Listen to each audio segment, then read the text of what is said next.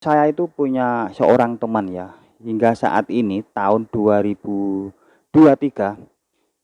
teman saya itu masih gimana ya, memandang sebelah mata atau merasa nggak butuh sosial media. Padahal ini sudah tahun 2023 ya. Setelah saya tanya, itu teman saya itu punya alasan, katanya sosial media itu lebih banyak tidak bermanfaatnya daripada manfaatnya. Oke, ini saya sambungkan, saya, hubungkan dengan banyak kasus yang berada di Indonesia, yang terjadi di Indonesia, terus, eee, apa itu ya, korelasi atau hubungannya dengan sosial media itu, seperti apa gitu ya. Yang pertama kita mulai dulu ya, dulu entah tahun berapa saya lupa itu, ada seorang dukun atau orang pinter ya, yang semua kita tahu juga viral di semua sosial media, di berita-berita dan di berita elektronik, di sosial media Facebook dan sebagainya, itu ada Kanjeng Dimas waktu itu ya. Itu kan ditengarai, beliau itu bisa menggandakan uang dan gini, anehnya tahun berapa itu sampai menelan banyak korban, banyak orang yang ketipu lah intinya seperti itu. Nah, kan itu kasusnya hampir sama dengan kasus yang baru saja terjadi, Mbah Slamet itu ya. Itu, sampai ada korban jiwa ya, 12 orang itu dan apa, modusnya sama, mereka sama-sama merasa mampu menggandakan uang. Terus apa hubungannya dengan sosial media? Nah gini, setelah Kanjeng Dimas waktu itu ya viral juga di berita-berita di sosial media itu gempar juga ya. Maksud saya gini, kok masih ada kok masih ada orang yang percaya dengan seorang dukun lagi yang dengan modus yang sama dan sampai juga, menelan korban jiwa juga selain harta.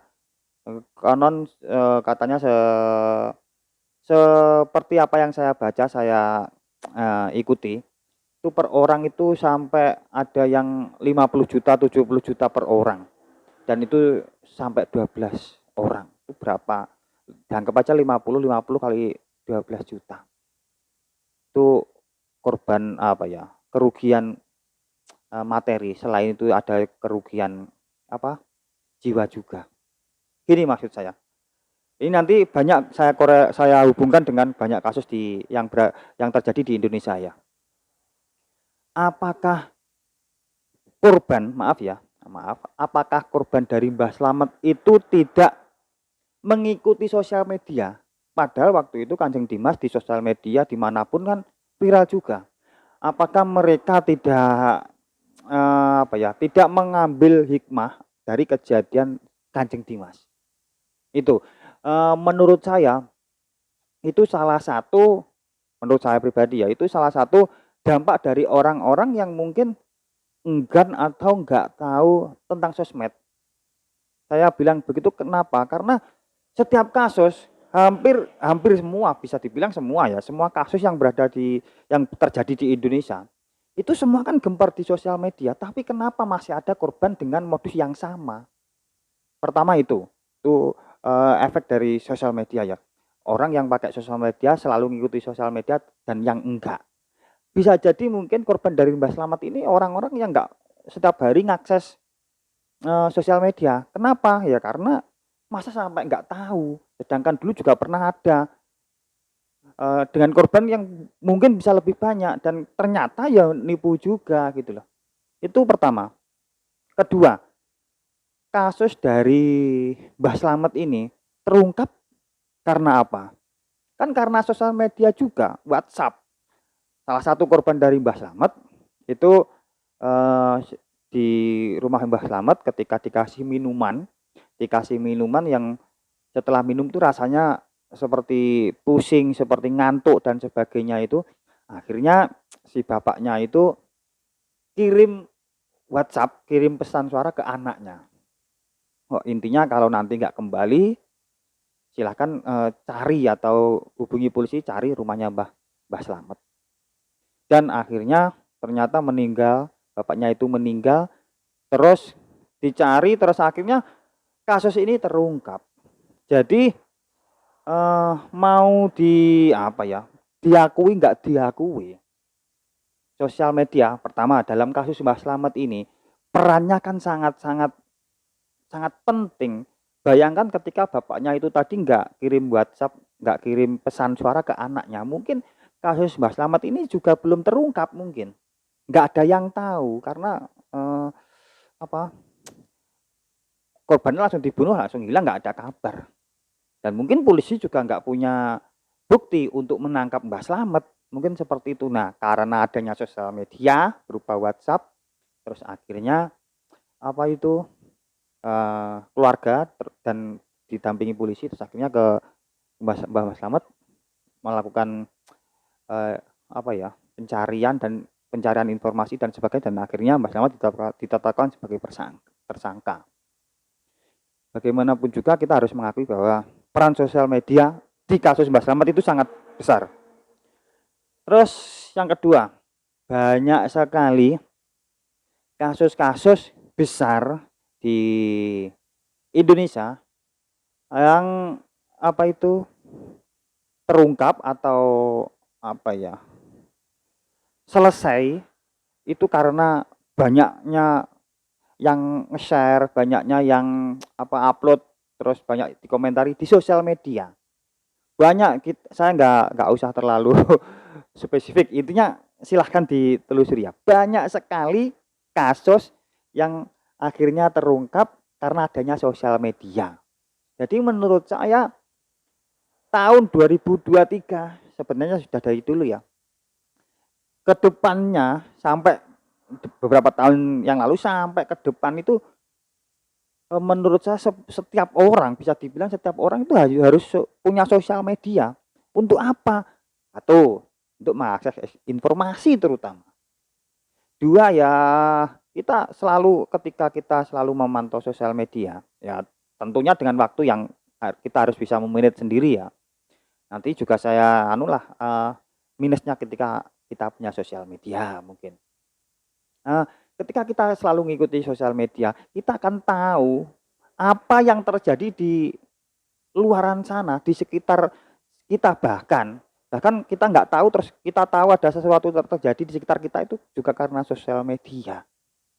Kalau ada yang bilang mungkin kalau mungkin teman saya nonton ya, kalau Anda bilang mungkin sosial media banyak yang nggak gunanya, itu ya silahkan digali sendirilah. Apakah benar atau mungkin Anda yang salah menggunakannya gitu ya. Terus gini, selain Mbah Slamet itu ya, kan juga kasusnya terungkap karena sosial media. Terus ada lagi yang baru beberapa hari yang lalu itu saya juga lihatnya di Facebook. Ada seorang janda cantik yang merasa ketipu oleh dukun penglaris. Nggak main-main, itu katanya kerugiannya itu sampai 4, berapa miliar gitu. Janda cantik umur 26. Gini Mas, saya nggak bahas kasusnya ya, tapi gini, apakah si Mbak Janda itu tadi nggak ngakses sosial media ya? Kenapa ya? Karena itu hampir setiap kasus, bahkan semua kasus di Indonesia itu nggak ada yang nggak diupload di sosial media, entah itu Facebook, entah itu Instagram, entah itu TikTok atau YouTube dan sebagainya. Selalu ada orang-orang yang mengupload, selalu ada orang yang mengupdate informasi untuk kita. Apakah mungkin mbaknya itu gimana ya? Pertama kalau ngomongin penglaris ya, kita juga tahu di sosial media itu banyak yang katanya dukun bisa gini, dan akhirnya itu hoax gitu loh. Minimal gini, kalau kita bisa mengakses sosial media, kita itu punya sejenis rem gitulah ya, sejenis rem. Bener nggak ini di luar sana banyak sekali yang ternyata nipu dan sebagainya. Kita setidaknya itu punya biar nggak terlalu fanatik gitu loh. Ketika Mbaknya itu punya sosial media itu harusnya tahu, harusnya lebih lebih sadar sejak dini sebelum sampai ketipu segitu banyaknya 4 miliar loh. Kalaupun mungkin butuh penglaris ya katanya ya. Lah wong seketipu aja sudah sampai 4 miliar. Masih kurang laris juga ya. Terus gini loh. Kalau kita punya usaha dagang, misalnya ya, misalnya kita punya usaha dagang. Walaupun Anda nggak ke penglaris mungkin ya, nggak perlu ke penglaris. Tapi ketika kita menguasai sosial media, sekarang itu orang yang menguasai sosial media itu bisa dibilang menguasai dunia loh. Jualan di TikTok bisa, di Shopee bisa, di YouTube bisa, di Facebook banyak sekali grup jual beli. Anda nggak perlu ke dukun, manfaatkan aja sosial media itu beres, sudah lari sendiri itu. Apalagi kalau seorang janda terus kita mungkin dieksplor dengan eksplor yang positif ya, dieksplor masih usia 26 tahun itu pasti sudah punya penglaris itu. Ketika Anda sudah punya sosial media harusnya seperti itu. Terutama untuk teman saya yang tadi ya, yang katanya oh hari ini saya masih nggak pengen pakai sosial media, banyak nggak manfaatnya dari manfaatnya. Kita kembali ke filosofi apa itu? Pisau, pisau, pisau. Pisau itu mau Anda bikin motong sayur bisa. Anda bikin buat kriminal juga bisa. Tergantung Anda menggunakan untuk apa. Begitu juga sosial media. Sosial media kalau Anda gunakan untuk negatif bisa. Anda gunakan untuk positif juga bisa. Setidaknya kita akan lebih banyak informasi ya. Kita lebih banyak mendapatkan informasi dari sosial media dan apa itu? Kita cuman sambil tiduran mungkin di waktu-waktu senggang nggak ngapa-ngapain kita buka sosial media, kita akan mendapatkan semuanya. Kalau yang dagang kita mendapatkan sarana untuk promosi. Kalau kita mencari barang, kita mendapatkan kemungkinan barang yang kita cari itu sekitar kita itu ada apa enggak. Terus kita akan mendapatkan informasi-informasi, berita-berita terkini, berita-berita terupdate ketika kita waktu senggang terus nonton apa gitu di sosial media. Jadi ya tergantung orangnya. Banyak sosial media per hari ini gini loh. Bisa dibilang seperti setengahnya polisi. Kenapa? Karena kadang polisi belum tahu tuh sosial media sudah tahu terus akhirnya viral dan kasus itu akhirnya terungkap terus terselesaikan.